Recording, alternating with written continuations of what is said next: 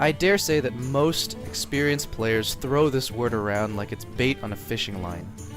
In all actuality, the term meta is bait for players to sound like they know what they're talking about. Who knows, I might sound like an idiot with my explanation of it too. But to my knowledge, the general understanding of meta is that it's a short term for metamorphosis, which means a change of form of some kind. For example, many kinds of rocks are formed through a process that changes them into metamorphic rocks. The process of a caterpillar transforming into a butterfly is also known as metamorphosis. In Hearthstone's case, as well as many other online video games, the meta refers to the changes that occur within player tendencies. Whenever someone is talking about the meta, they were referring to the kinds of decks or decisions that the majority of players will make in certain situations.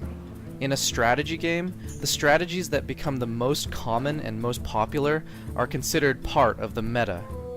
Several tendencies that you may recognize if you've been playing Hearthstone for a while are the mages abusing the fireball hero power, the emergence of hunters using the Unleash the Hounds starving buzzard combo, the giant using warlocks, the warlocks using the zoo strategy, token druids, and the card cycling miracle rogues. All of these constitute as forms of the meta, and sometimes there can be several tendencies within the same time period. Another use for the term is that of a verb, to metagame someone. This is used whenever someone intentionally uses an uncommon strategy just to throw off the patterns of the opposing player. Because the majority of players are using a certain strategy or following the meta, players will play with the expectation that a specific strategy will be used.